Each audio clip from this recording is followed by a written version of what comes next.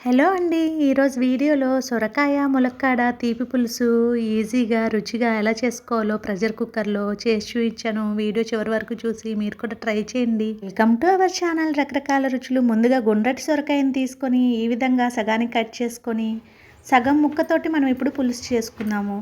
పైన పీల్ తీసేసి ఈ విధంగా ఈ సైజు ముక్కల్ని కట్ చేసుకోండి. పులుసు బాగుంటుంది.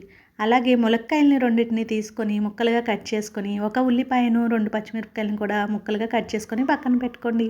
తర్వాత స్టవ్ ఆన్ చేసుకొని ప్రెషర్ కుక్కర్ పెట్టుకొని 2 స్పూన్లు ఆయిల్ వేసుకొని, ఆయిల్ హీట్ ఎక్కాక 1/2 స్పూన్ జీలకర్ర, 1/2 స్పూన్ మినపప్పు, 1/2 స్పూన్ ఆవాలు వేసుకొని, ఒక ఎండుమిర్చిని ఇలా తుంచుకొని వేసుకొని, అలాగే 4, 5 వెల్లుల్లి రెబ్బలను, ఒక రెమ్మ కరివేపాకును వేసుకొని వేయించుకోండి. ఉన్నవారు ఇంగువని యాడ్ చేసుకోండి. ఆ తర్వాత మనం ముందుగా కట్ చేసి పెట్టుకున్న ఉల్లిపాయ, పచ్చిమిరపకాయ ముక్కలను, అలాగే ములక్కాడ ముక్కలను, సొరకాయ ముక్కలను అన్నిటిని వేసుకొని, రుచికి సరిపడినంత ఉప్పు, ఒక స్పూన్ ఉప్పు సరిపోతుంది. అలాగే పావు టీ స్పూన్ పసుపు కూడా వేసుకొని ఒకసారి బాగా మిక్స్ చేసుకొని 2 స్పూన్ల కారాన్ని యాడ్ చేసుకోండి. కారం కూడా వేసుకొని బాగా ఒకసారి మిక్స్ చేసుకున్న తర్వాత చింతపండు రసాన్ని ముందుగానే తీసుకొని పెట్టుకోండి. ఒక ఉసిరికాయ సైజ్ అంత చింతపండు రసం సరిపోతుంది. చింతపండు రసం యాడ్ చేసుకున్న తర్వాత ఇప్పుడు బెల్లం ముక్కను యాడ్ చేసుకోండి.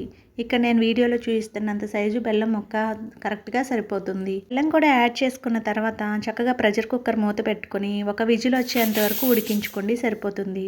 విజిల్ వచ్చి ప్రెషర్ అంతా రిలీజ్ అయ్యాక చక్కగా కుక్కర్ మూత ఓపెన్ చేసి చూడండి, చక్కగా ఉడికిపోయాయి కదా. ఇప్పుడు ఉప్పు ఒకసారి సరిపోకపోతే కనుక కొంచెం యాడ్ చేసుకోండి. అలాగే స్టవ్ ఆన్ చేసుకొని ఒక 2-3 నిమిషాలు మగ్గించుకుంటే బాగుంటుంది. చివరిలో ఒక స్పూను నెయ్యిని యాడ్ చేసుకోండి. తర్వాత స్టవ్ ఆఫ్ చేసేసి వేడివేడిగా సర్వ్ చేసుకోండి. ములక్కాడ, సొరకాయ తీపి పులుసు ఉత్తపప్పుతోటి కాంబినేషన్ బాగుంటుంది. మీకు కనుక నచ్చినట్లయితే వీడియోని లైక్ చేయండి.